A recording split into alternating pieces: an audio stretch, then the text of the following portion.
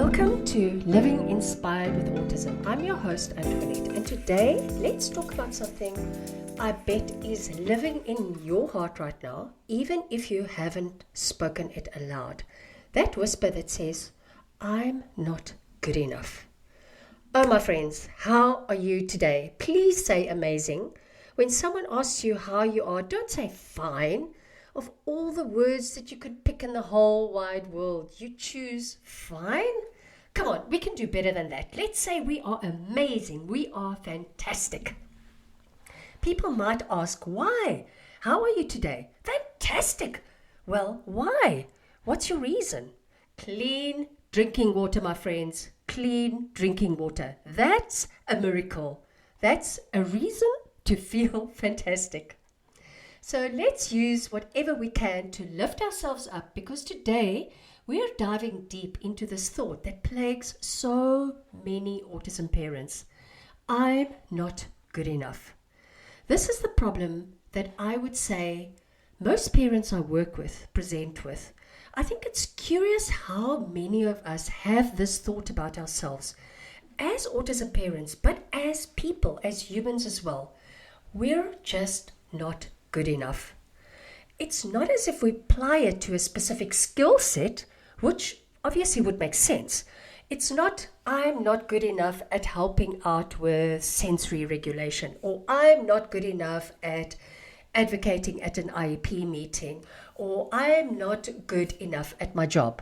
No, we've just decided we're not good enough as people and as parents, period. I remember sitting in one of Max's developmental pediatrician appointments when he was about 4, and the doctor asked me so many questions about his routines and his behaviors and his development, and I was like stumbling over my words. I forgot important details, and I left thinking, I can't even answer basic questions about my own child. What kind of mother am I? Does that sound familiar? Do you have that thought rattling around in your brain too?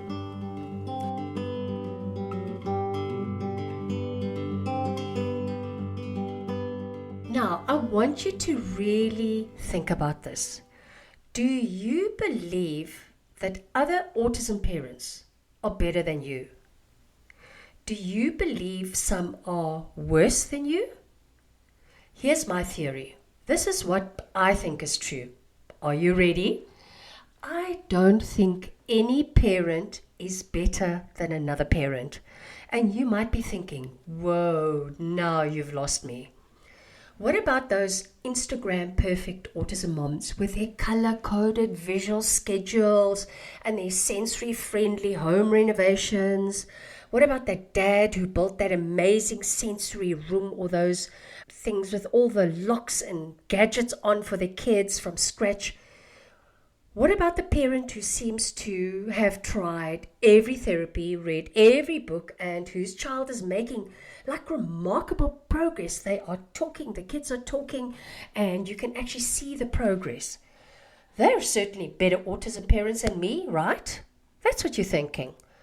If autism parents are better than other autism parents, then there's some judge or jury that will decide who's the best parent and who's the worst parent. Where do we draw the line with this? Where do we fit into that spectrum? If that's how we're viewing the world, we have to line up. And if we put a line right in the middle, where do we fall? Do we fall on the part of not being good enough or being better than the other parents? Or do we fall on the line of being like really good parent?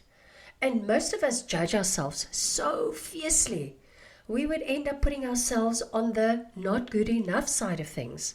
And the problem is that you're always trying to figure out where you go on the ladder of betterness. For some reason, we seem to put ourselves at the bottom of the ladder most of the time. And here's the real issue. The worse we think of ourselves, the less effective we show up for our children. You following me? So let's explore my theory that all parents are 100% worthy, as parents and as humans. Every parent/human is 100% worthy, and there is nothing they can say to change that. Imagine when your child was first born, before a diagnosis, before any developmental issues. Were you worthy then? Of course you were.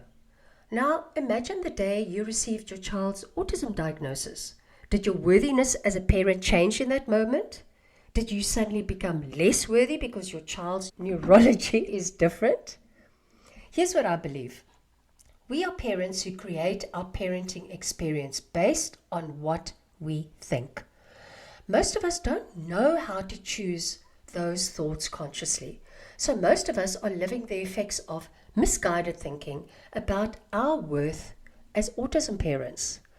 At our cause, at our soul level, at our humanness, we are all the same. And sometimes parents feel overwhelmed. Sometimes we lose our patience more often than not. And sometimes we make mistakes. These are the things that we do at the effect of our thinking. This is not who we are. Now, I remember I had one really difficult day with Max, and he'd really been struggling with transitions and things all day. And by evening, I was exhausted. And then he refused to get ready for bed and had what I call the crazies. You know, when they're all over the place, they're jumping up and down, they're making loud noises, they're jumping on top of you, they're pinching you. I lost my patience. I raised my voice, I said things I regretted, and later I lay in bed thinking, a good mom wouldn't have reacted that way. A good mom would have stayed calm and understood what was happening because it was his sensory outlet.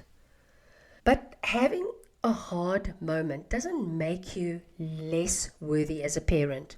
Being exhausted doesn't make you less worthy. Not knowing exactly how to handle every autism-related challenge doesn't make you less worthy. Your worthiness as a parent is already a capacity, and nothing you have done or will do will make you less worthy. Forgot to use visual supports where they would have helped? Worthy. Lost your patience during a meltdown? Worthy. Felt jealous of parents with neurotypical children? Worthy. Haven't tried that therapy everybody's talking about? Still worthy.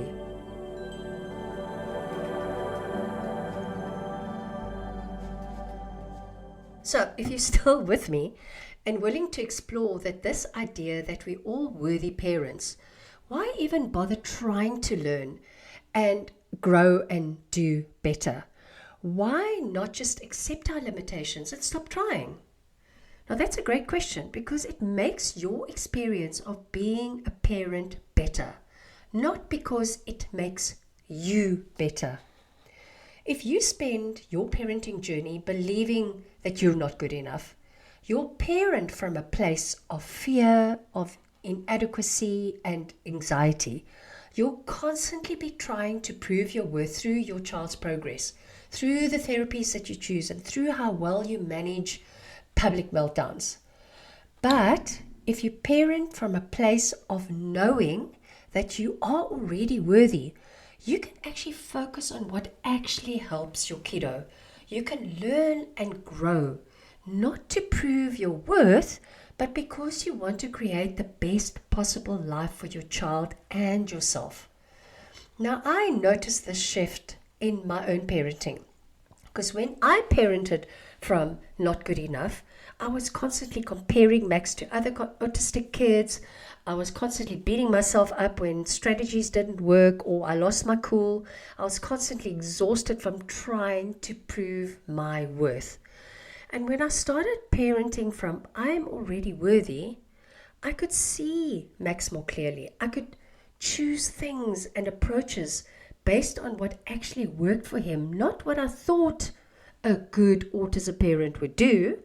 I could forgive myself for mistakes and move forward more effectively.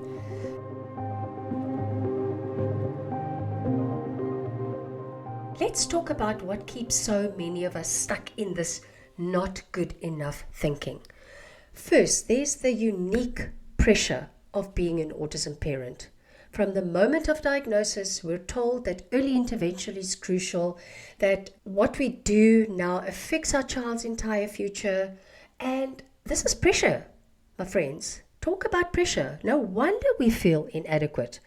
Then there's a comparison trap. Social media shows us highlighted reels of other autism families and the perfect sensory activities and the breakthrough moments, the success stories, and we rarely see the messy reality behind those curated image. That it took those parents probably an hour to get their kid just to look at the camera or to bribe them with a cookie or a bit of chocolate, and then had to do 3 clothing changes. Nobody sees the messy reality behind those images. And let's not forget the conflicting advice. One expert tells you that this is approach, that you should be doing this. Another one says, no, you should be doing this. Family members also have their opinions. Other autism parents swear by different interventions. How can we possibly feel good enough when we're constantly questioning our choices? But here's what I want you to consider. Your worthiness as a parent has nothing to do with any of this. Nothing. Your worthiness was established the moment you became a parent. Full stop. If you're prettier, it doesn't increase your worthiness as a parent. If you're smarter, that doesn't increase your worthiness. If you create the most color-coded visual schedule on Pinterest, doesn't increase your worthiness. If your child reaches milestones faster, doesn't increase your worthiness. You are already good enough, and there's nothing you can do about it. Any thought you have to the contrary is a lie, my friends.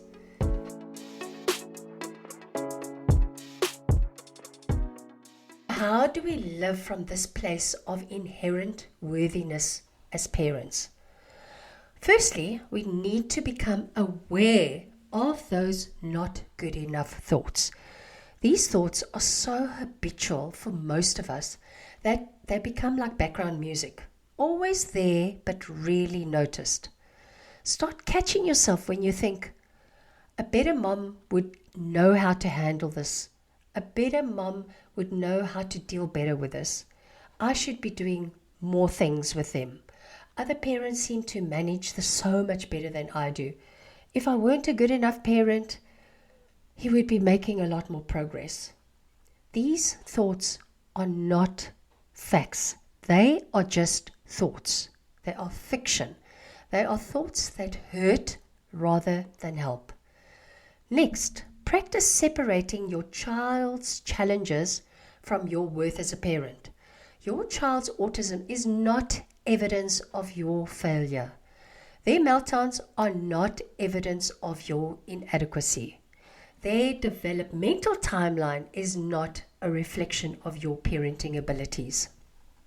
Max has been struggling with communication for many years. And no matter what I tried, communication still remains incredibly difficult for him. And in the beginning, I took this as evidence of my own inadequacy as a mom. But then I realized his struggle with communication is about his neurology, not about my parenting. And when I separated those two, I could approach communication more effectively and with more fun because I wasn't clouded by shame and self-doubt. Another practice is to notice the good.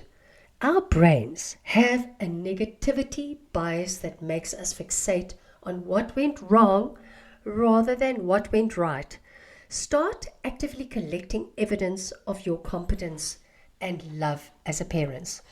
What I do is keep a journal. I write down moments when I showed up, when I feel I showed up well for Max, when I advocated effectively, when I found a creative solution to a problem, when I connected with him in a meaningful way.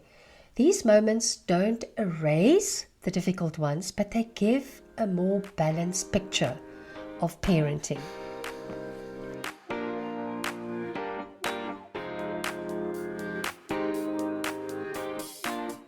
I also want us to consider how our not good enough thinking affects our kiddos. Our kids are watching us. They're learning how to relate to themselves through how we relate to ourselves. What message do you want to send your kiddo about their worthiness? Do you want them to believe that they have to earn their worth through accomplishments, through masking their autism, through meeting external standards? Or do you want them to know they are inherently worthy, exactly as they are? If we want our children to know their inherent worth, we have to model that by recognizing our own. When I started practicing this with Max, something remarkable happened. As I became more accepting of myself, my mistakes, my limitations and everything, he seemed to become more accepting of himself too. Because I can take myself really serious at times. And now, when we make a mistake, we just laugh. Because the anxiety that had always accompanied his challenges also began to decrease. He became more willing to try different things because failure was no longer seemed so catastrophic. Now he has fun with it. Our worthiness isn't just about us, it's about the entire family system.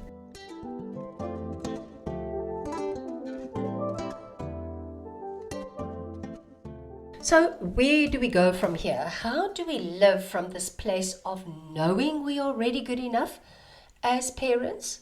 First, practice catching your not good enough thoughts and question them. When you notice yourself thinking, a better mom would have prevented that, ask yourself, is that true? Is there any parent anywhere who can prevent all the things? Second, practice speaking to yourself with the same compassion you would offer another autism parent. If your friend told you they had lost their patience during a difficult moment, would you tell them that they're not good enough? Or would you remind them that they're human, doing their best in challenging circumstances?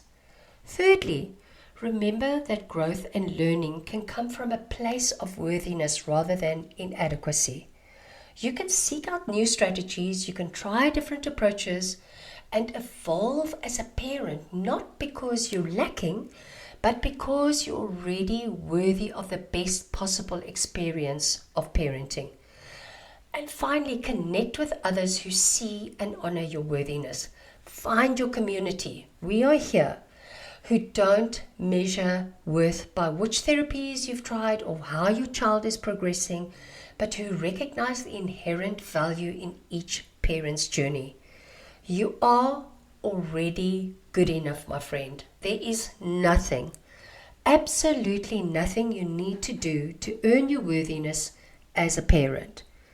You were crowned worthy the moment you became a parent, and even before then, and nothing can take that away. Thank you for joining me today on Living Inspired with Autism. I love to hear your thoughts about worthiness and how this concept resonates with your experience as an autism parent. You can reach out through our website or join our online community. Until next time, remember, you are not just good enough. You are exactly the parent your extraordinary kiddo needs.